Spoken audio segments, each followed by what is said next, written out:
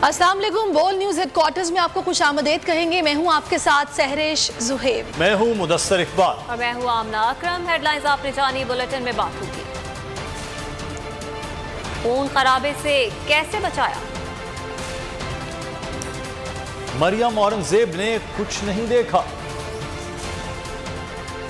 और मजीद टैक्स की तैयारी।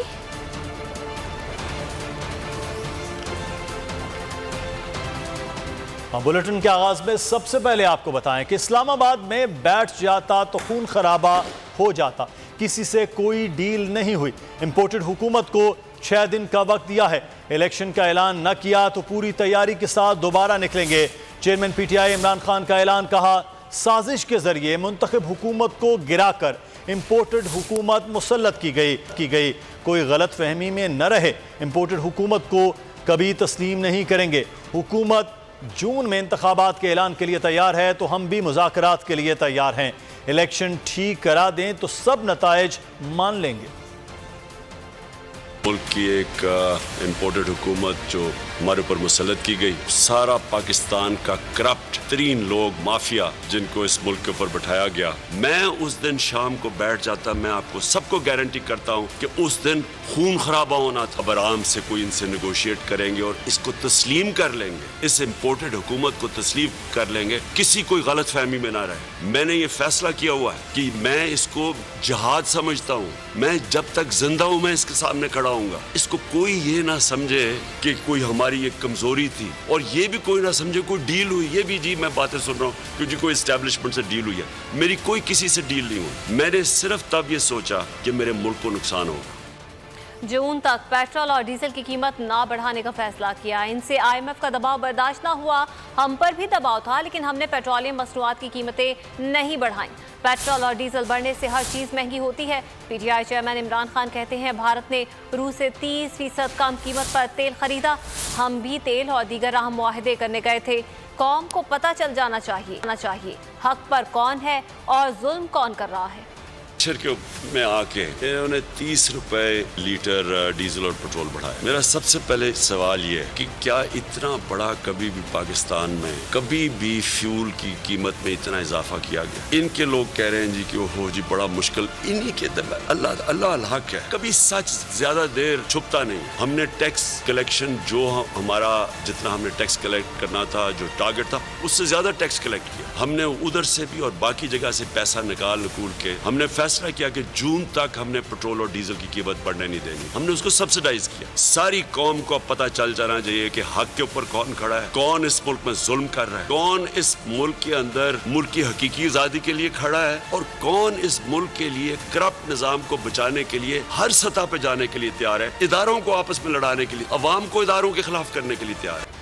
आज़ादी मार्च के दौरान हंगामा आराई और दहशत गर्दी के मुकदमात। सिंध हाई कोर्ट ने PTI रहनुमा खुर्रम शेर जमान, फिरदौस शमीम, बिलाल गफ्फार और दीगर की हिफाजती जमानत मंजूर कर ली। पुलिस को गिरफ्तारी से रोक दिया। अदालत का MPS को 30-30 हज़ार रुपए के मचल के जमा कराने का हुक्म। दहशत गर्दी के मुकदमा, तहरीक इंसाफ के अरकान सूबाई और कौमी असम्बली को गिरफ्तारी का खतरा। सिंध हाई कोर्ट ने PTI रहनुमाओं की हिफाजती जमानत मंजूर कर ली। अदालत ने पुलिस को खुर्रम शेर जमान, फिरदौस शमीम, बिलाल गफ्फार और दीगर को गिरफ्तार करने से रोक दिया। सिंध हाई कोर्ट ने 7 रोज में ट्रायल कोर्ट में पेश होने का हुक्म दे दिया। अदालत का तहरीक इंसाफ के रहनुमाओं को 30-30 हज़ार रुपए के मचल के जमा कराने का हुक्म। खान खैबर पख्तूनख्वा से इस्लामाबाद पहुंचे। बताएं कौन सी रुकावट थी? मरियम औरंगजेब ने हुकूमती रुकावटों पर आंखें मूंद ली। कहा 25 मार्च को 18 रेंजर्स और पुलिस एहलकार जख्मी हुए। अवाम ने साजिश और तकरीब की सियासत को मुस्तरद कर दिया।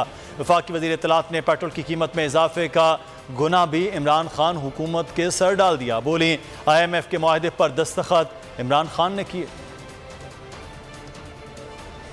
बात तो थे, आप अटक से शुरू हुए और आप F8 पहुंच गए। कौन सी रुकावट थी?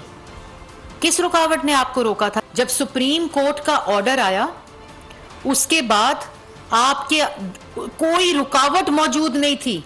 आप F8 तक पहुंच गए, आप ऐलान करते रहे, आपका काफिला श्रीनगर तक रुकता रहा, लोगों का इंतजार करता रहा। जो कभी तैयारी का बहाना, कभी 6 दिन वापस आने का अल्टीमेटम। असल कहानी ये है अवाम ने तखरीब की सियासत को, साजिश की सियासत को मुस्तरद कर दिया है। 4 साल आपने मुल्क पे रहकर मईशत का कत्ल किया है। आज भाषण दे रहे हैं IMF के प्रेशर का। IMF के मुआहदे के ऊपर इमरान खान साहब आपने दस्तखत किए हैं।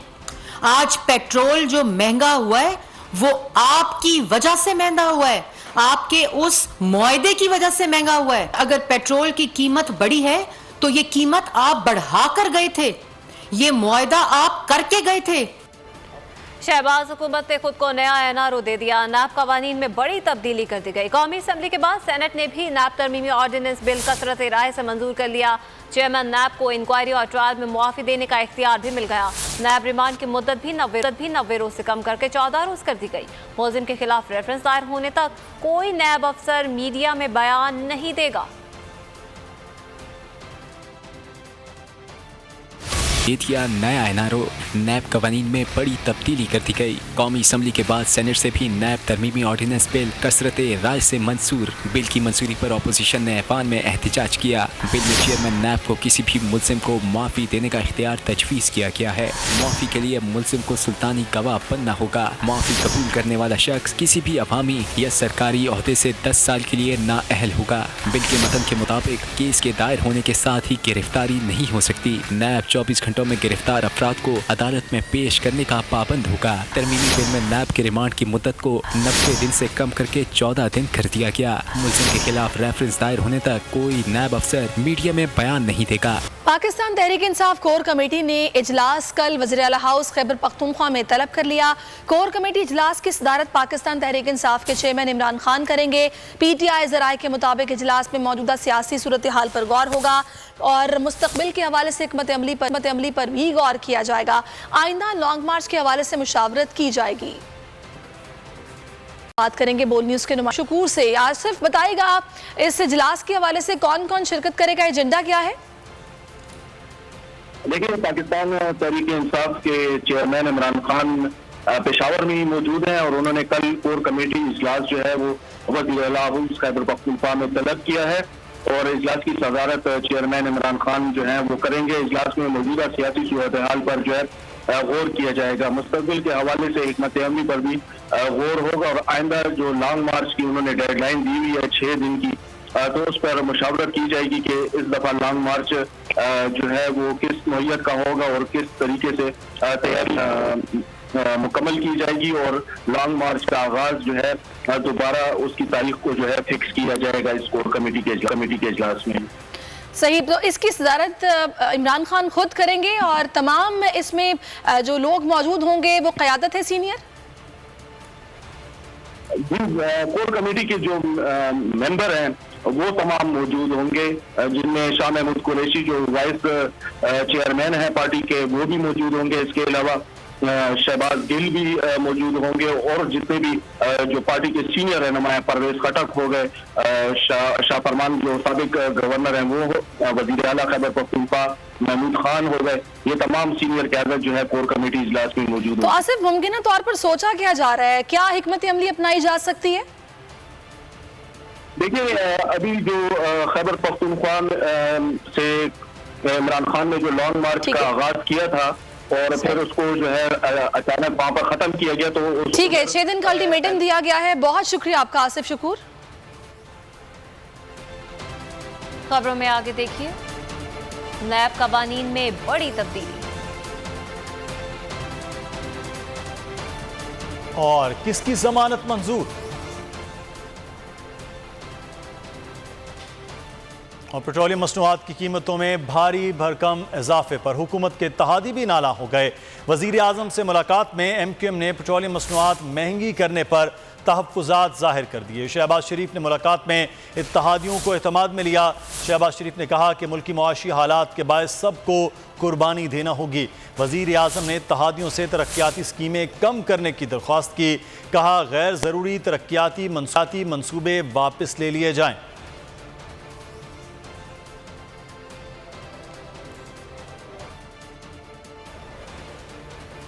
चेयरमैन PTI इमरान खान का दौरा मर्दान। गुज़श्ता रोज़ जहाँ बहक होने वाले कारकुन सैयद अहमद के घर गए। इमरान खान ने मरहूम के अहल खाना से ताज़ियत की। मरहूम की रूह के ईसाले सवाब के लिए फातिहा ख्वानी की गई। चेयरमैन PTI का कहना था कि सैयद अहमद जान की कुर्बानी रायगा नहीं जाएगी। वजीर आला खैबर पख्तूनख्वा और दीगर पार्टी कायदीन भी इमरान खान के हमरा थे।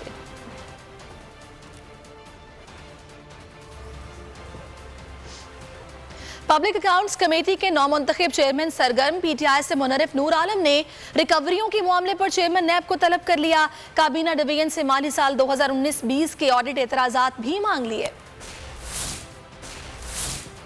रिकवरियों के मामले पर चेयरमैन नैब 7 जून को तलब किए गए हैं। उनको बुलाने का हुक्म दिया गया है और काबीना डिवीजन से 2019 और 20 के ऑडिट एतराजात को भी तलब किया गया है। PTI से मुनरिफ नूर आलम ने रिकवरियों के मामले पर चेयरमैन नैब को तलब कर लिया। काबीना डिवीजन से माली साल 2019-20 के ऑडिट एतराजात भी मांग लिए।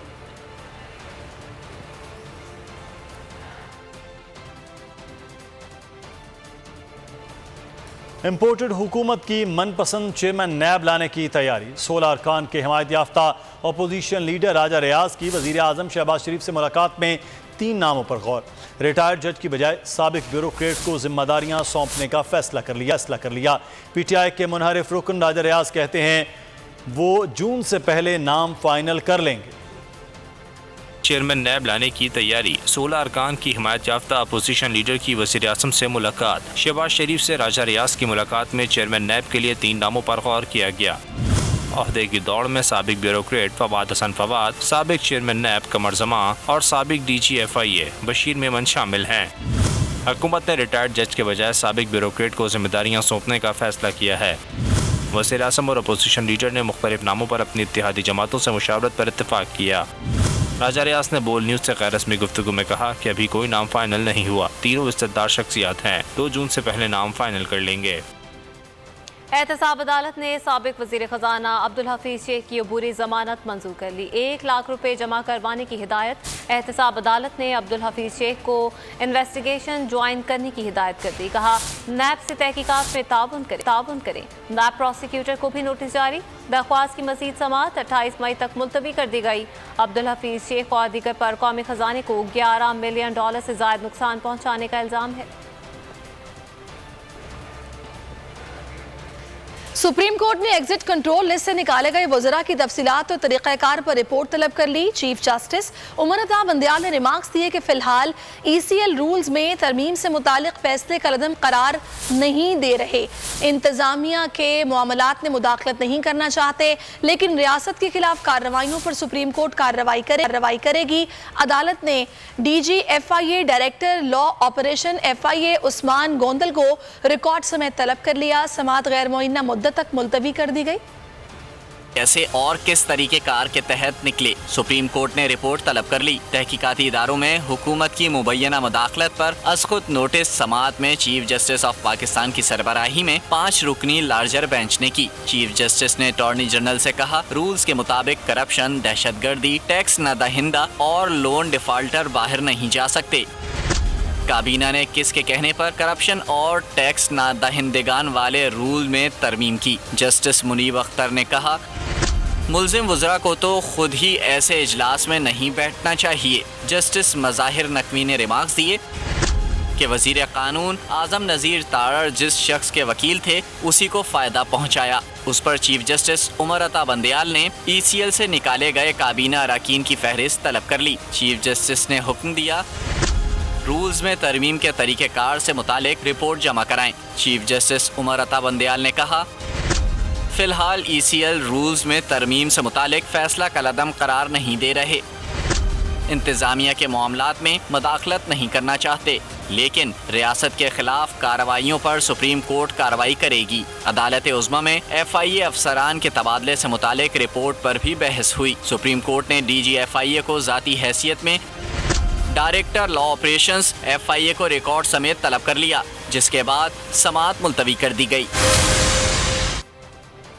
साबिक स्पीकर कौमी असम्बली असद कैसर कहते हैं इम्पोर्टेड और गैर कानूनी हुकूमत नहीं मानते और हर सूरत में अपना हक लेंगे। पाकिस्तान तहरीक इंसाफ हकीकी आज़ादी मार्च के बाद 6 दिन में इंतखाबात का ऐलान न करने पर दोबारा एहतजाज के लिए तैयार है। साबिक स्पीकर कौमी असम्बली के साथ हमारे नुमाइंदे उमर हयात खान मौजूद हैं, उनसे जानते हैं। जी उमर, आगाह कीजिएगा। जी बिल्कुल, इस वक्त मैं मौजूद हूँ, मेरे साथ इस वक्त मौजूद हैं साबिक स्पीकर कौमी असम्बली असद कैसर साहब। और असद कैसर साहब से जानते हैं कि जो 6 दिन का वक्त दिया गया है इमरान खान साहब की जानिब से हुकूमत को कि वो नए इंतखाबात की तारीख का ऐलान करे, तो किस तनाजुर में देखते हैं? हमने एक मौका दिया इस हुकूमत को, अगर ये ऐलान नहीं करते तो हमारे पास ऑप्शन है, हम पूरी मुल्क पे फैल जाएंगे, पूरी मुल्क पे धरने होंगे, पूरी मुल्क में एहतजाज फैल जाएगा। इमरान खान तो आपको पता है बैठने वाला नहीं है, ना हम बैठने वाले हैं, हम तो हर सूरत पे अपना हक लेके रहेंगे। कल जो स्पीकर अभी मौजूदा राजा परवेज़ अशरफ साहब, उन्होंने कहा कि मैं रिकॉर्ड की दुरुस्तगी के लिए बता दूं कि इस जो असम्बली की मुद्दत है वो 13 अगस्त 2023 तक है, तो इस पर क्या कहेंगे आप? देखिए, इस वक्त असम्बली नामुकम्मल है, 135 MNA जो है ना इससे रिज़ाइन दे चुके हैं। ये असम्बली और ये हुकूमत जो है सिर्फ 2 वोट के अक्सरियत से कायम है, तो हर सूरत में ये हुकूमत जो है ना फारिग होने वाली है। इलेक्शन इंशाल्लाह जल्द होंगे। और आज जो उन्होंने पेट्रोल इतनी महंगी कर दी, हमारे ख़िलाफ़ जो ने कहते थे कि महंगाई मुकाओ मार्च और इस किस्म के मार्च ये ऐलानात करते थे, आज क्या पोजीशन हो गई है। इसलिए मैं कहता हूँ कि हुकूमत सस्टेन नहीं कर सकती, हुकूमत इंशाअल्लाह ताला जल्द फारिग होगी। बिल्कुल जी, जैसा कि असद कैसर साहब ने कहा कि ये हुकूमत सस्टेन नहीं कर सकेगी क्योंकि आज पेट्रोलियम प्राइसेस बढ़ाई गई हैं। और ये जो हम देख रहे हैं इस वक्त कि हुकूमत की जानिब से जो इक़दामात किए गए, हमने ये भी देखा कि जब मौलाना फजलुर रहमान का आज़ादी मार्च आया तो यहाँ पर उनको जगह मुहैया की गई और कोई किसी किस्म की कोई उन पर तशद्दुद या किसी किस्म की कोई कार्रवाई नहीं की गई। उमर हयात इज़ाफ़ा कर रहे थे, बहुत शुक्रिया आपका। आगे बढ़ते हैं और आपको बताएं कि पाक फौज की किरदार कुशी क्यों की। ईमान मज़ारी के खिलाफ थाना रमना में मुकदमा दर्ज कर लिया गया। दरख्वास्त गुजार के मुताबिक फौजी क़यादत को जानबूझकर निशाना बनाया गया। इस्लामाबाद हाई कोर्ट ने 9 जून तक ईमान मज़ारी की अबूरी जमानत मंजूर कर ली। ईमान मज़ारी के खिलाफ मुकदमा दर्ज, फौजी क़यादत की किरदार कुशी पर इंसाफ का दरवाज़ा खटखटा लिया गया। एडवोकेट जनरल हेडक्वार्टर की दरख्वास्त पर थाना रमना में मुकदमा दर्ज। FIR के मुताबिक ईमान मज़ारी ने पाक फौज और सरबराह पर मन घड़त इल्ज़ामात लगाए, क़यादत को जानबूझकर निशाना बनाया। खातून और मासूम होने को जवाज़ नहीं बनाना चाहिए। कानून और आइन पाक फौज को किरदार कुशी से तहफ़्फ़ुज़ फराहम करता है। फौज को आइन में हासिल तहफ़्फ़ुज़ पर कानून अमल दरामद करे, मुताल्लिका कवानीन के तहत सख्त कार्रवाई अमल में लाई जाए। नेशनल प्राइस मॉनिटरिंग कमेटी का इजलास गुज़श्ता 6 हफ्ते में क्यों नहीं हुआ? साबिक वज़ीर ख़ज़ाना शौकत तरीन ने सेनेट में सवाल उठा दिया। पेट्रोलियम मसनूआत की कीमतों में इजाफे पर भी तनकीद की। वज़ीर मुमलिकत बराए ख़ज़ाना आयशा गौस पाशा ने जवाब दिया कि हमारे अब जिस तरह हाथ बंधे हुए हैं, गुज़श्ता हुकूमतों के इस तरह नहीं बंधे हुए थे। पेट्रोल की कीमत को बढ़ना था, अवाम का दर्द था, इसलिए कीमतों में ताख़ीर से इजाफा किया। वज़ीर मुमलिकत के जवाब पर ऐवान में शोर शराबा। मैं मैडम से पूछना चाहता हूँ, वो पिछले 6 हफ्तों से क्यों नहीं हुई? डिसीजन मेकिंग की बात कर रहे हैं कि बहुत क्विक डिसीजन मेकिंग होनी चाहिए, और ये इनको 6 हफ्ते लगे थे पेट्रोल प्राइसेस बढ़ाने में। वो डिसीजन इतनी जल्दी क्यों नहीं हुआ? मॉनेटरी एक्सपेंशन हुआ इंटरनेशनली, ग्लोबली, उसको मैं डिनाई नहीं करूंगी। Why would I deny something that has happened? पिछले 3 सालों में सुपर साइकिल नहीं था। पिछले 3 सालों में जरूर बढ़ रहे थे कुछ कमोडिटीज में, बट उसमें हमारी सिर्फ गुजारिश ये है, वो हमारे यहाँ ट्रांसलेट कैसे हुए? वो हमारे यहाँ ट्रांसलेट इसलिए हुए कि हमें व्हीट इंपोर्ट करनी पड़ी, वो इसलिए ट्रांसलेट हुए कि हमें शुगर एडिशनली इंपोर्ट करनी पड़ी, तो हमें यहाँ ट्रांसलेट हो गए। पॉइंट ये है कि ये पिछले सालों में हुआ, इस साल इंशाल्लाह हम कोशिश करेंगे कि इसकी तरफ हम ना जाएं। खबरों का सिलसिला जारी है। Welcome back. खबरों के सिलसिले को आगे बढ़ाएंगे और खबर अब शामिल करेंगे के इलेक्ट्रिक ने झटका दे दिया। बिजली 4 रुपए 83 पैसे फी यूनिट महंगी कर दी। इजाफा मार्च के फ्यूल एडजस्टमेंट की मद में किया गया। इत्तलाक जून के बिलों पर होगा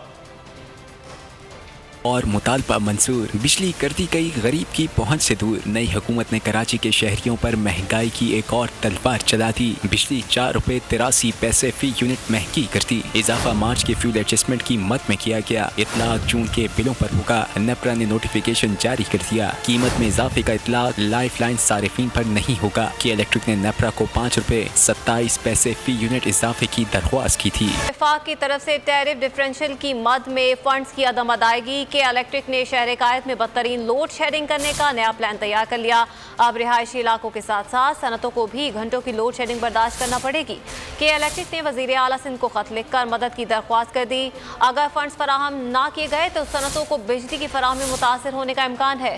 खत में मौक़िफ़ अपनाया गया है कि बिजली की लोड शेडिंग 12 से बढ़कर 17 घंटे करनी पड़ेगी।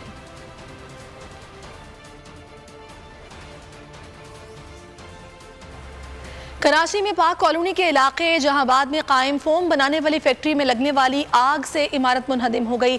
आग पर काबू पा लिया गया है, लेकिन आग दोबारा से ना भड़क उठे तो कूलिंग के लिए पानी डालने का सिलसिला जारी है। इसी पर बात करेंगे बोल न्यूज़ के डिप्टी ब्यूरो चीफ शुएब बर्नी से। शुएब, बताएगा आग किस दर्जे की और अभी क्या सूरत हाल है? जी, मैं इस वक्त मौजूद हूँ पाक कॉलोनी के इलाके जहानाबाद में, जहाँ पे आपको इस वक्त मेरे अकब में उठता हुआ ये धुआं दिखाई दे रहा होगा। ये फैक्ट्री है जो कि 2 मंजिला फैक्ट्री थी, आतिशदगी के बायस ये मुनद्दम हुई है। इब्तिदा में जब आग लगी है तो ये फ़ोम की फैक्ट्री थी। हमारे कैमरा मैन हसनैन आपको दिखाएंगे। फ़ोम की फैक्ट्री से ये धुआं और आग फैलते फैलते जो है केमिकल की बराबर वाली फैक्ट्री, और फिर ये दीवारें टूटकर, मलबा टूटकर यहाँ पर आपको गिरा हुआ दिखाई दे रहा होगा। इस वक्त भी यहाँ पे फायर ब्रिगेड का अमला आग बुझाने के काम में मसरूफ़ है। तमाम आग की शिद्दत पे काबू पा लिया गया है। आग जिस वक्त लगी है तो बताया गया है कि जुम्मे की नमाज का वक्त था और लोग जो हैं यहाँ मौजूद नहीं थे, जिसकी वजह से कोई ऐसा जानी नुकसान वगैरह नहीं हुआ है। इब्तिदा में बहुत ज़्यादा शोले और धुआं उठ रहा था, अब उस सूरत हाल पे काबू पाया जा चुका है। आप बता सकते हैं कि अब इस वक्त क्या सूरत हाल है आग के हवाले से, थोड़ा सा बताइएगा। ये अभी जो है कूलिंग का अमल है, तकरीबन फ्लेम को ख़त्म कर दिया गया। ये ग्राउंड +1 थी, कोलैप्स हो गई थी, तो इसके नीचे जो मटेरियल है, स्टॉक लाट और कुछ केमिकल, उसकी वजह से परेशानी हो रही है हमको आग बुझाने में। अब ये शावल के ज़रिए इसको शिफ्ट किया जाएगा, तो फिर ये है कि हम इस पर कूलिंग तो कंटिन्यू चल रही है, लेकिन प्रॉपर जो एक्सक्यूट होगा जब ही होगा। ये ग्राउंड +1 ये स्ट्रक्चर था जो कि मुकम्मल तौर पे मुनद्दम हो चुका है, और यहाँ पर इस वक्त कूलिंग का सिलसिला और आग को पानी मार कर ठंडा करने का सिलसिला इस वक्त भी जारी है। बहुत शुक्रिया शुएब बर्नी हमें तफसीलात से आगाह करने के लिए। और कराची के इलाके लियारी में आग कैसे लगी, वजूहात क्या हैं, ऐनी शाहिदीन का क्या कहना है, आइए आपको दिखाते हैं। जब निकले तो इस तरफ से धुआं निकल आ रहा, जब इधर आया तो ये फोम का गोदाम था, इसमें आग लग गई थी। फायर ब्रिगेड वाले भी पहुंचे थे, पुलिस वाले भी आए, रेंजर वाले आए। शुक्र है कि इसके आइस गिर्द जो गोदाम थे लोंडे का, वो बच गए, और ये जो फोम का गोदाम था वो ख़राब हो गए, जिसमें सारा जो 2 छत मंजिल था वो भी गिर गए, और शुक्र है कि जानी नुकसान नहीं हुआ है। कि आग जो इतना लंबा मामला इसलिए हुआ कि ऊपर छत जो है नीचे गिर गया, आग जो है नीचे दब गया, इसलिए इसका कंट्रोल थोड़ा जो है लंबा हो गया। खबरों के सिलसिले को आगे बढ़ाते हैं। अफ्रीकी मुल्क नाइजीरिया में एक पाकिस्तानी समेत मुतअद्दिद अफराद अगवा हो गए। अगवाकारों ने अपने मुतालबात की मंजूरी के लिए 4 दिन का वक्त दे दिया। अगवा होने वालों में पाकिस्तानी नौजवान अबू जर के वालिद ने आला हुकाम से मदद की अपील कर दी। अबू जर के वालिद का कहना है कि अगवाकारों ने कहा है कि अगर 4 दिन में मुतालबात पूरे ना हुए तो मगवियों को कत्ल कर दिया जाएगा। अबू जर की वालिदा की भी दुहाइयाँ, इसी हवाले से बात करेंगे। हुकूमत पाकिस्तान की तरफ से कोई नोटिस नहीं दिया गया है और ना ही वहाँ कोई राब्ता किया जा रहा है। जी सही, बहुत शुक्रिया शाहिद जतोई। और पत्तोकी में पुलिस की कार्रवाई, जाली पीर और उसके साथी को धर लिया, मुकदमा दर्ज करके सलाखों के पीछे धकेल दिया। मुल्ज़िम इफ्तिखार उर्फ मिट्ठू ने खातून से 7,32,000 रुपए की रकम मुख्तलिफ औकात में बटोरी। मुद्दई मुकदमा के मुताबिक मुल्ज़िम ने खातून को ज़्यादती का निशाना भी बनाया, वीडियो बनाकर ब्लैकमेल भी करता रहा। खबरों का सिलसिला जारी है। Welcome back. खबरों के सिलसिले को आगे बढ़ाएंगे। शुमाली वज़ीरिस्तान में पोलियो के मजीद 2 केसेस रिपोर्ट हुए। रवां बरस शुमाली वज़ीरिस्तान में पोलियो से मुतासरा बच्चों की तादाद 6 हो गई। वफाकी वज़ीर सेहत अब्दुल कादिर पटेल ने वालिदैन से बच्चों को पोलियो के कतरे पिलाने की अपील कर दी। शुमाली वज़ीरिस्तान में मज़ीद 2 केस रिपोर्ट। तर्जुमान वज़ारत सेहत के मुताबिक मुतासिरीन में 1.5 साल का बच्चा और बच्ची शामिल है। रवां बरस शुमाली वज़ीरिस्तान में रिपोर्ट पोलियो केसेस की तादाद 6 हो गई। वफाकी वज़ीर सेहत अब्दुल कादिर पटेल कहते हैं, वालिदैन बच्चों को पोलियो के कतरे पिलाएं, अपने प्यारों को जिंदगी भर की मासूरी से बचाएं। बच्चे हमारा मुस्तकबिल हैं, मासूर होता नहीं देख सकते। जनूबी वज़ीरिस्तान, DI खान, बनू, टांग और लकी मरवत पोलियो के हवाले से हसास हैं। मौजूदा हुकूमत ने पोलियो के खात्मे का पुख्ता अज़म कर रखा है। और दुनिया के 20 ममालिक में मंकी पॉक्स का फैलाव तेज, 200 अफराद में वायरस की तस्दीक हो गई। पाकिस्तान में 2 मुश्तबा केसेस रिपोर्ट हुए। और पाकिस्तानी को पैमा अली रजा सतपारा जख्मों की ताब ना ला सके, अस्पताल में दम तोड़ गए, उन्हें इस कर्दू में सुपुर्द खाक कर दिया गया। नमाज जनाजा में आवाम की बड़ी तादाद शरीक हुई। अली रजा सतपारा चोटी पार करने की कोशिशों के दौरान पहाड़ से गिरकर जख्मी हुए थे। Army chief general Qamar Javed Bajwa का कोह पैमा अली रजा सतपारा के इंतकाल पर इजहार अफसोस। आर्मी चीफ का कहना था कि अल्लाह ताला अली रजा मरहूम को जन्नतुल फिरदौस में आला मकाम अता फरमाए।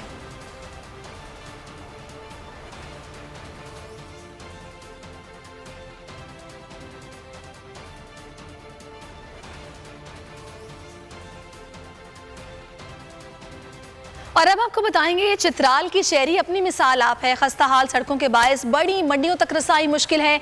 जमींदारों और व्यापारियों को शदीद मुश्किलात का सामना है। मजीद बताएंगे गुलहमाद फारूकी अपनी इस रिपोर्ट में। मंडियों तक रसाई ना होने के बराबर खस्ता हाल सड़कें नाजुक फल को खराब कर देती हैं। जमींदार और व्यापारी को नुकसान का सामना करना पड़ता है। आप यहाँ से फ्रूट को मार्केट करने के लिए जितना उस पर ट्रेवलिंग कॉस्ट आता है और जितना उसका शेल्फ लाइफ का फर्क आ जाता है, वो सारा इसी रोड की वजह से है कि रोडें जो हैं वो डस्टी हैं, जीपेबल हैं और आप फ्रूट को मार्केट नहीं कर पा रहे। चतराल में इसका रेट है 150 रुपये, 200 रुपये, 250 रुपये किलो बिकता है और वहाँ इस्लामाबाद में बिकता है 600, 650।